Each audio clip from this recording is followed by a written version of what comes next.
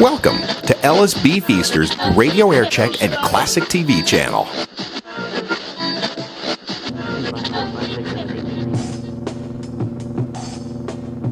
Two, 5, 4, 5, 6, 7, 8.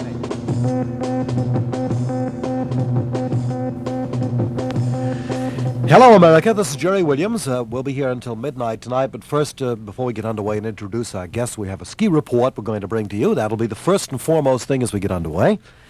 Then we're going to talk about Mr. Bertram Drucker and Mr. Teddy Gross, who are both with us tonight.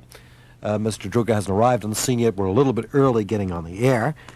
And we're going to be talking about who's to blame for living conditions in rented housing, tenants or landlords. The tenant, according, this is in Boston After Dark, by the way. You, the tenant, according to the Boston Herald Traveler, in a front-page article in its real estate section, Sunday, November the 14th, headline, Destructive Tenants Cause of Failures in Housing. The article dealt with the government-financed but privately owned Castle Square project in the South End. This article contends in Boston After Dark the article was not only inaccurate, it was a whitewash for a millionaire national real estate developer named Bertram Drucker, who owns Castle Square through a company called Castle Square Associates. I'm going to talk about that, the whole business of privately owned low-income housing, whether that's at all possible. Ted Gross of Boston After Dark, one of the editors over there, is going to be with us to discuss his position on this and the position of Boston After Dark. Incidentally, the title of the article was Whitewash at the Herald, PR Job on the Poor. The Herald is worried about some other whitewashes.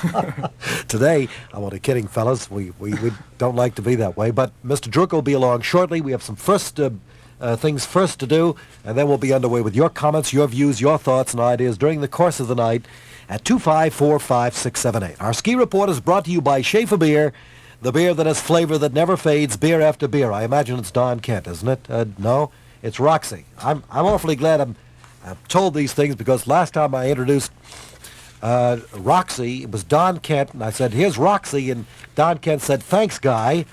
So I don't want to do that tonight. It's Roxy who'll bring you the ski report brought to you by Schaefer Beer. Good evening. Ski conditions were improved today in direct ratio to the amounts of snow that came in yesterday's storm. Only one thing was consistent throughout the east. It was a perfectly beautiful day. In the southern Berkshires, Butternut Basin got about 2 inches of new snow. It had some fine pack powder skiing from summit to base. Catamount got about the same amount, the best skiing there on the lower half of the mountain.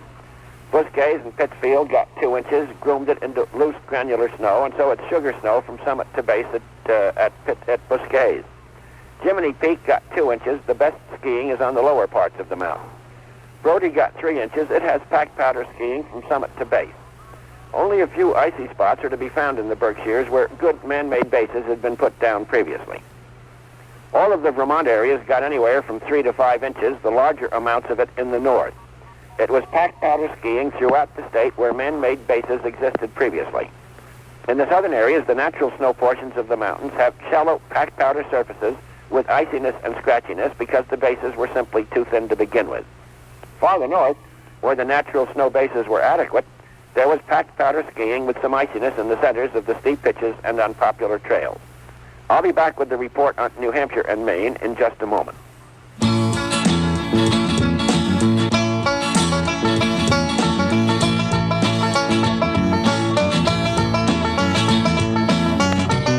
The village blacksmith was one of the men who built America. He shod many a horse, forged many a plow, and built many a mighty thirst. A more than one beer thirst.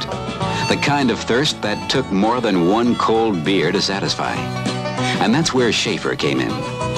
We built a beer for the men who built America. We started practicing on more than one beer thirsts back before most brewers even started brewing. And practice makes perfect.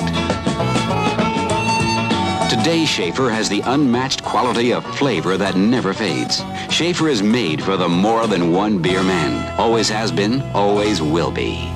Schaefer is the one beer to have when you're having more than one. The New Hampshire areas also got from 4 to 6 inches of new snow last night. Sunapee had pack powder over 3/4 of its mountains with some icy spots. Gunstock had fine pack powder over the lower half of the mountain. The upper half was closed. There were pack powder surfaces generally at Cranmore, Attitash, and Wildcat with some iciness, mostly on the steeper and more popular trails. Waterville Valley, Loon, Kennan had fine packed powder on their lower levels, especially where man-made snow had been put down. There were some wind-blown icy patches higher up. Wilderness had mostly packed powder with only a few icy spots on the mountain. In Maine, Sugarloaf, Saddleback, and Squaw all picked up about 3 inches. The surfaces were shallow packed powder, icy patches in the centers of the popular and steeper trails. Good as conditions were today, the weather forecasts unfortunately tell us another warm period is on the way. Precipitation should begin tomorrow in the western sections at about noon, later farther east. It could begin as snow, but the probability is that it will turn to rain before it ends on Sunday morning. It could possibly, just possibly, remain all snow in the northernmost sections of Vermont, New Hampshire, and Maine. This is Roxy Rothafel. That was Roxy's Ski Report, brought to you by Schaefer Beer, the one beer to have when you're having more than one. Well, all the participants are here. Let me now introduce Bertram Drucker. Mr. Drucker has been in the real estate field here in Boston for many, many years. He's no stranger to Boston. The Colonnade is his latest. Am I right, Bert? That's right. The Colonnade Hotel across from Prudential Center, Jerry. That's our latest. I don't want to appear like I'm upset, but I wasn't on the guest list. Yes, you were, really. Was I? Yes, you were. Neither was anyone from Boston After Dark. Teddy Gross says he wasn't invited either. Well, that's probably so. But we're rarely invited to. Why is that, Teddy, that you're rarely invited? I was afraid that I was going to have the same reception at Jerry Williams that we usually get in the mayor's office. That is, that Mr. Drucker wouldn't appear, but I'm very glad he's here to share the time with me. I think you're a very nice guy, and I don't know why you weren't on the list. I guess I just didn't know you then, Ted. As a matter of fact, I've done some programs in the past with Bert Drucker, who hasn't shied away from any sort of controversy. Never. And we asked him and Mr. Weiss to set that up. Why? They said yes. Oh, I mean, there was no qualms about it at all. Jerry, do you mind if I just tell a slight anecdote about the last time I was on the program? Right. I don't know whether you remember. Did you get sick? You hurt your finger? No, I didn't get sick. But do you remember I got you a Coke during intermission? There was something wrong with the Coke bottle, and I wound up with several stitches, and your very, very dear wife at that time came in and said that I had rather a gash. Do you remember that? I remember. We took you over to Beth Israel Hospital. Correct. They asked you if you had Blue Cross Blue Shield, and away you went. Right. But I do remember that. And Mr. Drucker has appeared on other occasions on this broadcast, on other stations, where he has not shied away from the controversy. Oh, no. In fact, before the show, and he showed me that scar on his hand, I was afraid that this had been the result of a previous encounter with one of his... Not yet. We haven't come to that yet. There's only one fellow we came to that kind of contact with, and it almost happened on Monday night here with the Manchester Union leader. But outside of that, we're in good shape. Now, Teddy, what is your position at Boston After Dark, actually? I'm the editor of the paper now. The editor-in-chief? The editor, executive. Boston After Dark, by the way, for people who don't know it outside of our listening area, is a... weekly newspaper, does a lot of muckraking in terms of government agencies and people. Tries to. Has been going after people like Judge Troy and some of the other so-called scandals that lie beneath the surface. Mr. Drucker is one of his targets, and that's why he's here. Mr. Drucker originally... Am I a target of yours? I must say a smaller target than Judge Troy. Well, I'm not quite sure how to take that. Yeah, did Judge Troy... If I'm going to be a target, I have to be a big one, Ted. Yeah, you just know. out of curiosity, Ted, did Judge Troy sue the paper? No. In fact, we haven't been sued by anyone yet, which, of course, may be reversed tomorrow. But Mr. Anzalone didn't sue you either? No, Mr. Anzalone didn't sue us. So we have a theory that one of the reasons that such notables as Mr. Troy and Mr. Anzalone haven't sued us is because they're afraid of having more of the truth brought out during the court trial. But in fact, I would welcome a suit from such a man as Mr. Anzalone. Of course, you were the first one to break that story during the mayoralty campaign about Mr. Anzalone, and it became somewhat of a small cause, but was dropped during the campaign because Mrs. Hicks was such an inept candidate. Mr. Anzalone was the city assessor, is still the city assessor for Boston, and so much huff was going on as to charges that there was someone in the city administration who had links with the underworld rather. We have links with the underground. It was becoming preposterous. Everyone who knew how to read a comic book and had circulated through City Hall knew the name of the person so charged.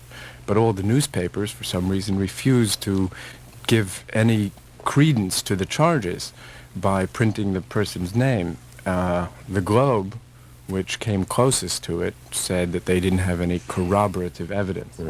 And we turned up with some, which in fact was first submitted to the Herald Traveler, and they refused to print it. And then the reporter who was still working on the Herald Traveler came to us and said, "What would you like to do with this?" And we said, "Well, of course, we'd like to print it." And he was delighted, and so were we. All right, let's get back to Mr. Drucker. Bert Drucker happens to be one of the principals involved, and is it Castle Square Associates? Is that what it is? That's correct. Where is that located? Give us some idea of what that is, where it is, and how it is. Well, all right. Castle Square is a 221 D3 redevelopment project, which is bounded by Tremont Street, New East Berkeley Street, Shamet Avenue, and Herald Street. It consists of 28 acres of land and 500 low-cost housing units. Rented at different rent levels? Very low rent levels, Jerry. I don't want to... Well, do they range from a particular low to a yes, high? extremely low. Well, they're very low. There's nothing high about them. They're the most fantastically low rents in the city.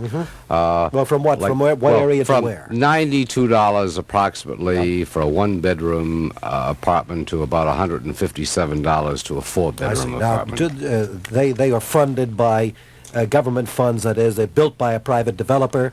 And you make money on these apartments? No, we do not make money on But the is it apartments. designed to be privately owned and to be profitably operated? Well, it comes under Section 221D3 of FHA. We are entitled to a 6% limited dividend on our equity. So far, we have not taken 1 cent of return out of this development. We have had a series of problems which really were compounded by the imposition of rent control by the Boston Rent Control Board. We were entitled to an increase which is now a controversial issue involved in the federal courts. So we've never made any money on the project. As I said, we're entitled only to a limited dividend of 6%. Well, the complaints arose, as I understand it, from the fact that the buildings were going into what you might call decline. This is not true. Those were the complaints that the... Well, this is not so. There was a fallacious statement in the paper last week to the effect that we were what is known in default. We are not in default. When this case came up before the federal court so as to determine whether or not Castle Square as an FHA project came under federal rent control, under FHA, or under Boston rent control, we tried this case. We're in an appeal now, and we asked Fannie Mae, FNMA, the Federal Mortgage National Association, to grant us what you call a postponement of full amortization until the case is adjudicated. Well, that's on the rent hike. Is that what you're talking about? But the tenants complain that you're not taking care of the buildings properly. No, it's a very interesting thing, Jerry. Out of 500 tenants, there are probably less than 5 tenants in the building who have any complaints at all. This is not so. Yeah, who manages the building? We manage the building, the Drucker Company. Yeah, and they are professional apartment managers. Right. Been doing that for years. Right. And they continue to manage that property as if they were some other higher rent property? No, it's managed extremely well.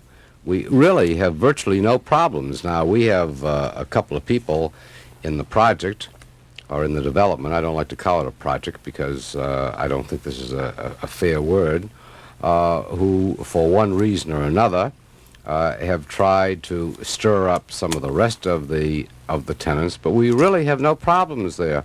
You know, these people are the same as anybody else.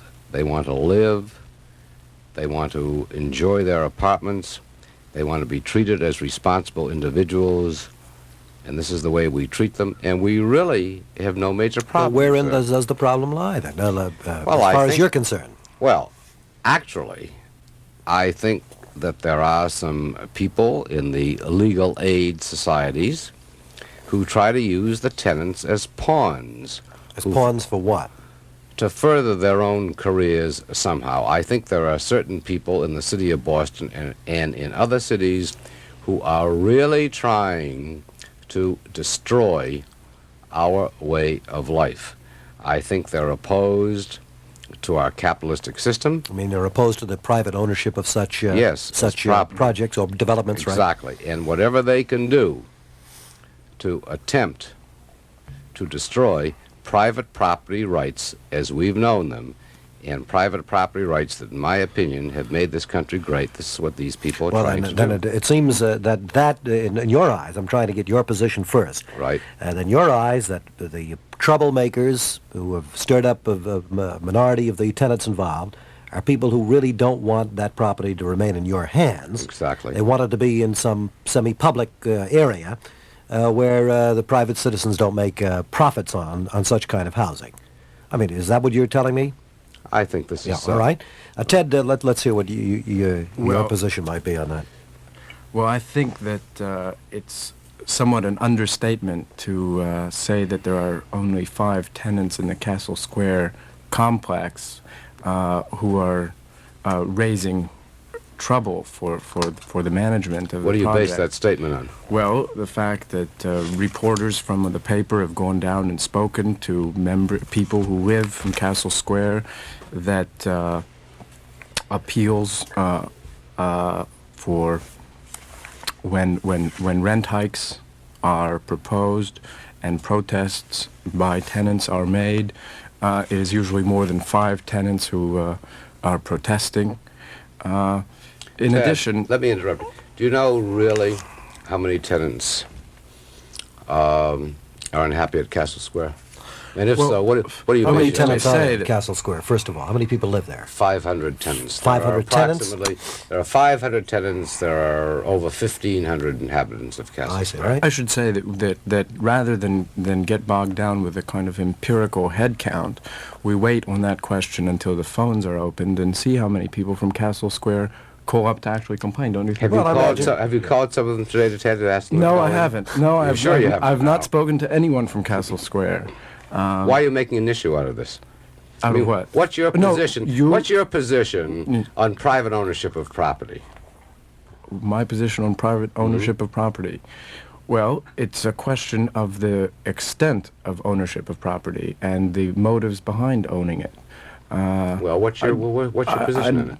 I'd be curious to know, for example, if you would lump together the small homeowner who may own a house in Dorchester, the South End, and may be struggling to keep that in good shape, with the large landowner who owns so much property that he may not be interested in the particular problems that his tenants have. Well, he may not be interested You know, in Ted, you're the kind of difficulties you're that... kind of mixing chalk and cheese, and I think you really indicate that, and I'm, you're a nice guy. Well, you asked me about what my feelings are towards land ownership, and I feel that it's important to distinguish between the large landowner and the small landowner. What's a landowner? What does this consist of?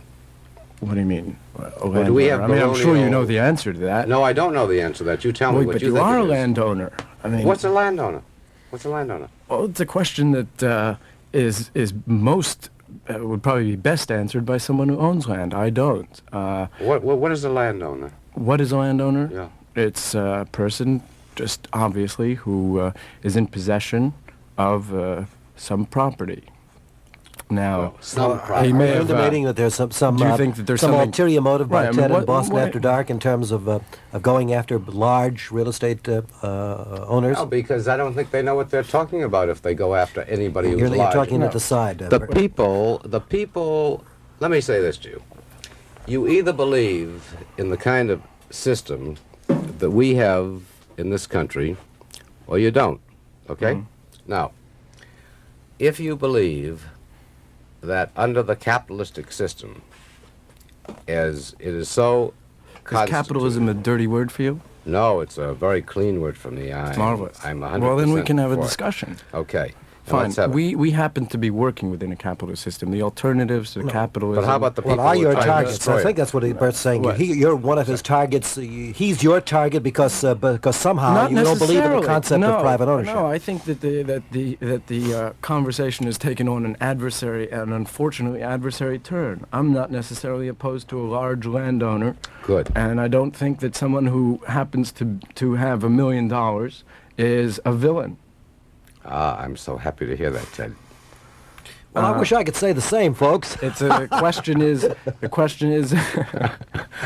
Well, then you must consider. Now, I just Mr. got my Drucker pay a today, villain. you see, and Mr. Nixon said, excuse the expression, Mr. Drucker, Mr. Nixon said he was going to give me a tax cut this year, and I find out that I'm several dollars short as on my payroll. You noticed? Yes, and there was an accountant who wanted to come in and prove to me one night that I was much better off because Nixon was going to give me a tax cut on one hand, and on the other hand, he was going to take more out of my pay because of low withholding. I find I'm several dollars short, more than several dollars short this year on this wonderful tax reform bill, which is supposed to give the people more money. So when it comes to unhappiness, I wanted to get that in because tonight I wouldn't get the chance unless I said it. No, but let's leave the philosophy aside now. Will you tell us, Ted, at this point, is Mr. Drucker and other large real estate holders in the city your target per se? I know that you went after Mr. Gordon and some others, and maybe Mr. Drucker feels put upon as a result of the fact that maybe there's I some really don't. socialists in your camp over there. I hope not. I hope not, because as I understand it, both Mr. Drucker and I are somewhat unhappy with the specific details, which we should really get into. For example, you say that 221D3 allows you only a certain percentage of profit on the investment. Thanks. Now, do you think that the project, that the government plan under which you developed Castle Square was a good one? Yes, Ted. I think the parameters of 221D3 were really good. We, as you know, as I said before, are entitled only to a 6% limited dividend. You are guaranteed that. No, we're not guaranteed. We have to earn it, Ted. You see, this is a misunderstanding. We're not guaranteed that. If we earn it, we get it. Aren't your mortgages guaranteed by the government? Your mortgage payments? No. There is FHA, as I think I tried to explain to you at one time. FHA is an insuring agency. You have one agency, Ted, insuring mortgages for another government agency, Fannie Mae, FNMA. Where does the private developer come in? The private developer gets only 90% financing. He therefore has to have 10% of the equity money in cash. So number one, he can lose his equity money right off the bat. If the project earns the maximum of 6%, which is his limited dividend return, he is entitled to recoup this. I'm going to interrupt because we have to break for 10 o'clock news, and then we'll return with Ted Gross, whom you've now met, the editor of Boston After Dark, and Bert Drucker, as the Globe once said in a spotlight profile, outspoken realtor millionaire. This is Jerry Williams, pauper, after today's pay. Here's great news for the skiers. There's good skiing right now at Mount Cranmore, North Conway, New Hampshire. Make your reservations now at the beautifully remodeled new Eastern Slope Inn. Call toll-free 800-327-3384. 800-327-3384. The Turnabout Thrift Shop needs clothes, appliances, dishes, etc. BZ says if you can contribute, bring your items to Turnabout, 545 Washington Street, Brighton. Trot, trot, trotting out at Foxborough. Hey, come on and watch the trotters go. Racing at Foxborough in the winter? You bet. And now, baby, it's warm inside. Grandstand, clubhouse, and new Latin Quarter penthouse are all enclosed and heated. First-rate racing on the fastest 5/8 mile track around. Great from the word go at Foxborough. So let's go on the double. Perfecta's new trifecta and superfecta. Racing Sundays, too. Honest. Following today's small car prices has been a little bit like riding in an elevator. Up, down, up, down. But through it all, one thing hasn't changed a bit. Opel is still your friend. Still among the lowest priced of all economy cars. Still loaded with the features that make it the small car with a lot going for it. See your nearby Buick Opel dealer today. Price an Opel. Test drive an Opel. Buick's Opel. Still a small price. Still a big value. Still your friend. Hi, this is Larry Glick, and I'll be seeing you in 2 hours on Radio 103. The Spirit of New England, WBZ, Boston, Group W, Westinghouse Broadcasting. It's 31 degrees in Boston. Tonight's low will be around 20. I'm Streeter Stewart reporting the 10 o'clock WBZ News, brought to you by Joe Sullivan's Neponset Lincoln Mercury, Gallivan Boulevard at Neponset Circle, one of New England's outstanding Lincoln Mercury dealers. Harold Clancy, president of the Herald Traveler Corporation, says he intends to fight today's FCC award of Channel 5 to Boston broadcasters in...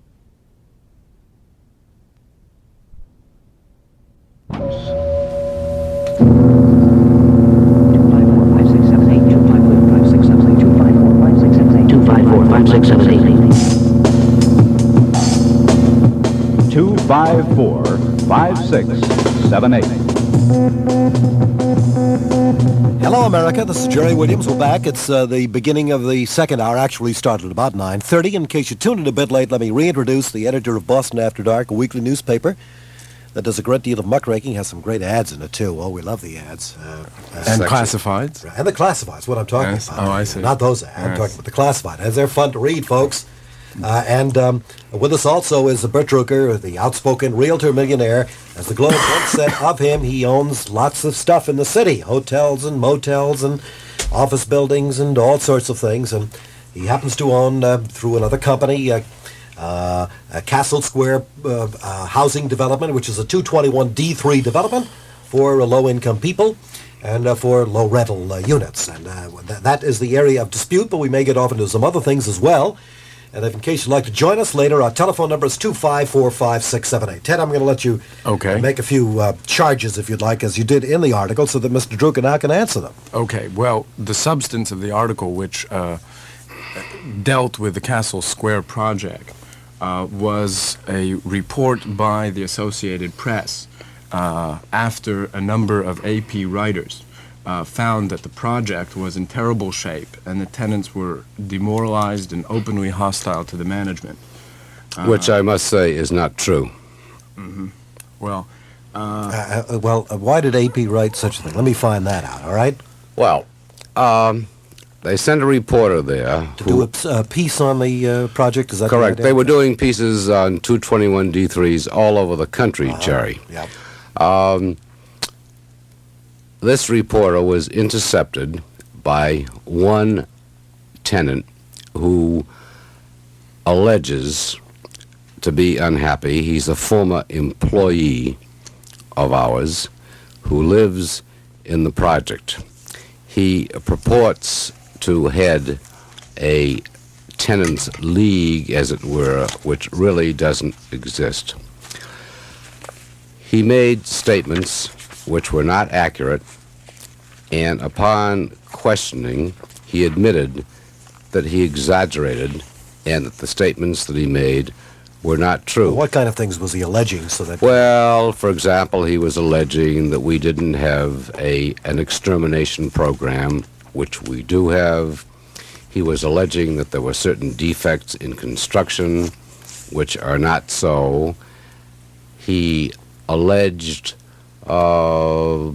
let's see, what else? It was lack of extermination. Really, I guess those were the only two items. Mm-hmm. And upon... No, there were others. All right, what were they? There were others. There was a tenant